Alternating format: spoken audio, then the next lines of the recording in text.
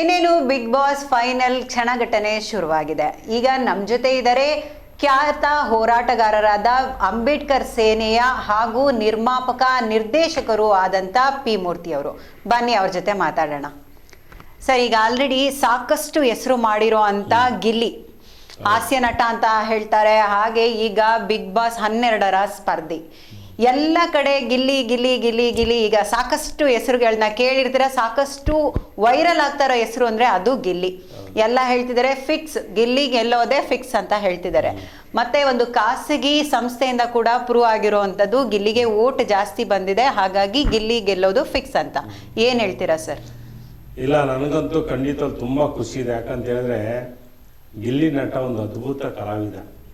ಆಮೇಲೆ ಎಷ್ಟು simple city ಅಂತ ಹೇಳಿದ್ರೆ, ಒಂದು ಮಂಡ್ಯದಿಂದ ಬಂದಂತ ಒಬ್ಬ ಸಾಮಾನ್ಯ ಬಡಸ್ತಾನದ ಹುಡುಗ ಇವತ್ತು ಇಡೀ ಕರ್ನಾಟಕ ರಾಜ್ಯ ನೋಡ್ತಲ್ಲ ಬಿಗ್ ಬಾಸ್. ಇವತ್ತು ತಮಿಳುನಾಡು, ಕೇರಳ, ಬೇರೆ ಬೇರೆ ಸ್ಟೇಟಲ್ಲಿ ನೋಡಿ ಗಿಲ್ಲಿಯ ಒಂದು ಪ್ರತಿಭೆನ ಗುರುತಿಸಿ ತುಂಬಾನೇ ಖುಷಿ ಪಡ್ತಿದ್ದಾರೆ. ಸೊ ಹಾಗಾಗಿ ನಾನು ಹೇಳೋದಿಷ್ಟೇ, ಹಳ್ಳಿಯಿಂದ ಬಂದಂತ ಪ್ರತಿಭೆಗಳನ್ನ ಗುರುತಿಸಿದಂತ ಇಡೀ ಕರ್ನಾಟಕ ಜನ ಇವತ್ತು ಅತಿ ಹೆಚ್ಚು ಓಟ್ ಹಾಕಿದ್ದಾರೆ. 100% ಗಿಲ್ಲಿನೇ ಗೆದ್ದು ಬರೋದು, ಅದ್ರಲ್ಲಿ ನೋ ಡೌಟು.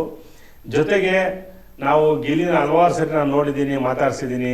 ನಮ್ಮ ಅಂಬೇಡ್ಕರ್ ಸೇನೆ ಕಾರ್ಯಕ್ರಮದಲ್ಲೂ ಕೂಡ ಪಾಪ ಬಂದು ನಮ್ಮ ಸ್ಟೇಜ್ ಮೇಲೆ ಒಂದು ಕಾಮಿಡಿಯನ್ನು ಮಾಡ್ಬಿಟ್ಟು ಹೋಗಿದ್ದಾರೆ. ಎಷ್ಟು ಸಿಂಪಲ್ ಅಂತ ಹೇಳಿದ್ರೆ ಪಾಪ ಆ ಹುಡುಗ, ನಾನು ಅದನ್ನೇ ಹೇಳೋದು ನೋಡಿ, ಪ್ರತಿಭೆಗಳು ಎಲ್ಲಿರ್ತವೆ, ಎಲ್ಲ ಒಂದು ಕಡೆ ಮರೆಮಾಚಿರ್ತವೆ.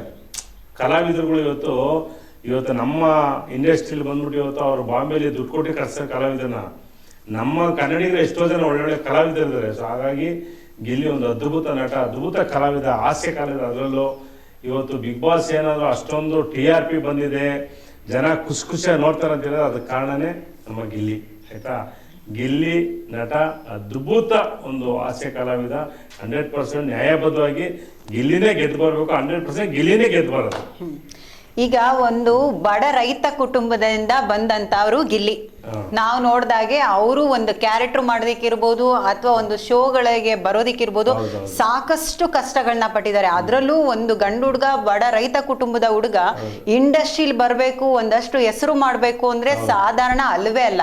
ಅದ್ರ ಬಗ್ಗೆ ಏನ್ ಹೇಳ್ತೀರಾ ಸರ್? 100% ರೈತರ ಮಕ್ಕಳೇ ಇವತ್ತು ದೇಶನ ಆಳ್ಬೇಕಾಗಿರೋದು. ಆಯ್ತಾ? ಯಾಕಂತ ಹೇಳಿದ್ರೆ ರೈತರ ಮಕ್ಳು ಗೊತ್ತು ಬಡವ್ರ ಕಷ್ಟ ಏನಂತ. ಹಾಗಾಗಿ ಗಿಲ್ಲಿ ಒಬ್ಬ ನಮ್ಮ ಏನಿವತ್ತು ನಾವೇನು ಊಟ ಮಾಡ್ತೀವಿ, ಒಬ್ಬ ರೈತರ ಮಗನಾಗಿ ಬಂದು ಇವತ್ತು ಬೆಂಗಳೂರು ಸಿಟಿಲಿ ಹೊಟ್ಟೆಪಾಡು ಕಟ್ಕೊಂಡು ಕಷ್ಟ ಬಿದ್ದು ಚಾನ್ಸ್ಗಳನ್ನ ಕೇಳ್ಕೊಂಡು, ಆಮೇಲೆ ನೋಡಿ ಒಂದು ಹೇಳ್ತೀನಿ ಕೇಳಿ, ನಾವು ಗಿಲ್ಲಿದ ಹಳೇದೆಲ್ಲ ಒಂದಷ್ಟು ವಿಡಿಯೋಸ್ ಎಲ್ಲ ನೋಡಿದೀವಿ. ನೀವು ನೋಡಿರ್ಬೋದು ಕಾಮಿಡಿ ವಿಡಿಯೋಸ್ ಯೂಟ್ಯೂಬಲ್ಲಿ.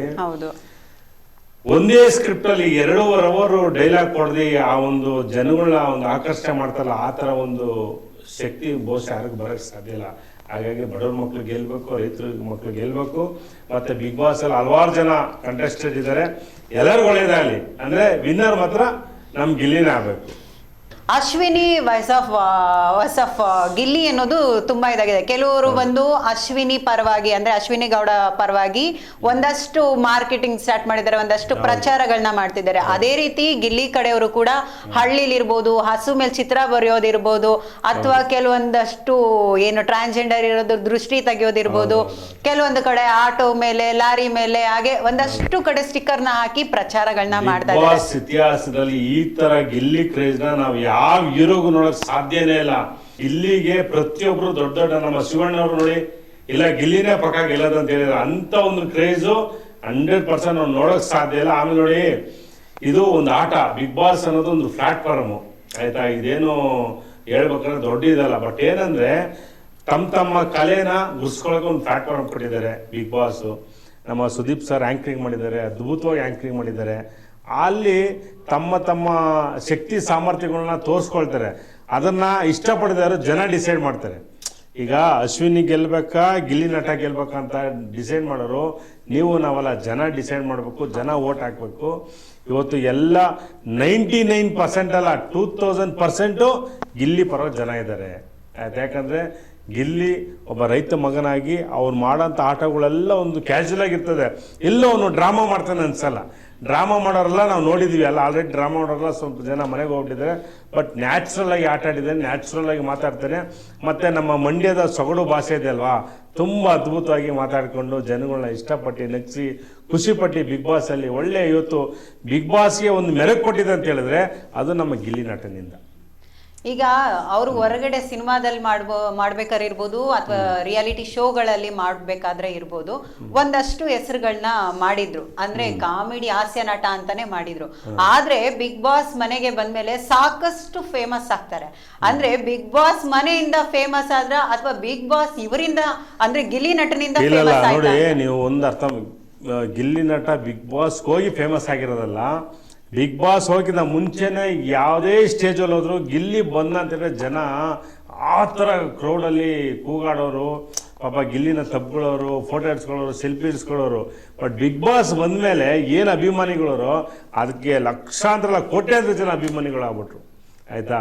ಸೊ ನಾನು ಹೇಳೋದಷ್ಟೇ, ದಯವಿಟ್ಟು ಇಲ್ಲಿ ಯಾರ್ಯಾರ ಮೇಲೂ ಕಿತ್ಲಾಡಕ್ಕೆ ಹೋಗ್ಬೇಡಿ, ಯಾರ್ಯಾರ ಮೇಲೂ ಮಾತಾಡೋಕ್ಕೆ ಹೋಗ್ಬೇಡಿ, ಕಮೆಂಟ್ಸ್ ಮಾಡೋಕ್ಕೆ ಹೋಗ್ಬೇಡಿ. ಈ ಕಡೆ ಅಶ್ವಿನಿ ಅಭಿಮಾನಿಗಳಾಗಿರ್ಬೋದು, ಗಿಲ್ಲಿ ನಟ ಅಭಿಮಾನಿಗಳಾಗಿರ್ಬೋದು, ಇಬ್ಬರಲ್ಲಿ ಯಾರು ಕೊಟ್ಟರು ಸಂತೋಷನೇ, ಯಾಕಂದರೆ ಎಲ್ಲ ಕನ್ನಡಿಗರೇ, ಆಯಿತಾ. ಹಾಗಾಗಿ ಇಬ್ಬರಲ್ಲಿ ಯಾರು ಕೊಟ್ಟರು ಸಂತೋಷ. ದಯವಿಟ್ಟು ಅದರಿಂದ ಒಂದಷ್ಟು ಇವಾಗ ಫೇಸ್ಬುಕ್ ವಾಟ್ಸಪ್ಪಲ್ಲಿ ನೋಡ್ತಾ ಇದ್ದೀವಿ, ಒಬ್ರಿಗೊಬ್ರು ಟೀಕೆ ಮಾಡಿಕೊಂಡು ಆಮೇಲೆ ಬೇರೆ ಬೇರೆ ಥರ ಕಮೆಂಟ್ಸ್ಗಳು ಹಾಕ್ಕೊಂಡು ಕಿತ್ಲಾಡೋದನ್ನ ನೋಡ್ತಾ, ಅಂಥದ್ದು ಬೇಡ, ಆಯಿತಾ. ಈ ಶ್ರಮ, ಯಾರು ಕಷ್ಟಪಟ್ಟು ಶ್ರಮ ಪಟ್ಟಿರ್ತಾರೋ ಅವ್ರಿಗೆ ಜನ ಆಶೀರ್ವಾದ ಮಾಡ್ತಾರೆ. ಫೈನಲ್ ಕಂಟೆಸ್ಟು ನಾವಿನ್ನೇನು ಕೇವಲ ನಾಳೆ ಅಲ್ವಾ, ನಾಳೆ ಖಂಡಿತವಲ್ಲ ನೋಡ್ತೀವಿ. ನಾಳೆ ಸಾಯಂಕಾಲ, ನಾಳೆ ನೈಟು ಗಿಲ್ಲಿ ಕೈಲಿ ಬಿಗ್ ಬಾಸ್ ಕಪ್ಪು ಗೆದ್ದಿರ್ತದೆ, ಮತ್ತು 50 ಲಕ್ಷ ರೂಪಾಯಿ ಕ್ಯಾಶ್ ಪ್ರೈಸು ನಾವು ನೋಡ್ತೀವಿ. ಹಾಗಾಗಿ ಬಡವ್ರ ಮಕ್ಕಳು ಗೆಲ್ಬೇಕಂತೇಳಿ ನಾನು ಈ ಸಂದರ್ಭದಲ್ಲಿ ಹೇಳ್ತೀನಿ. ಧನ್ಯವಾದಗಳು ಸರ್. Thank you. ನೋಡ್ತಾ ಇದ್ರಲ್ಲ, ಇವತ್ತಿನ ಸುದ್ದಿ. ಗಿಲ್ಲಿ ಗೆಲ್ತಾರಾ ಇಲ್ವಾ ಅನ್ನೋದಕ್ಕಿಂತ ಗಿಲ್ಲಿನೇ ಗೆಲ್ಬೇಕು ಅನ್ನೋದೇ ನಮ್ಮ ಆಸೆ ಕೂಡ. ನಿರಂತರ ಸುದ್ದಿಗಾಗಿ ನೋಡ್ತಾ ಇರಿ ಜಿ ಕನ್ನಡ ನ್ಯೂಸ್.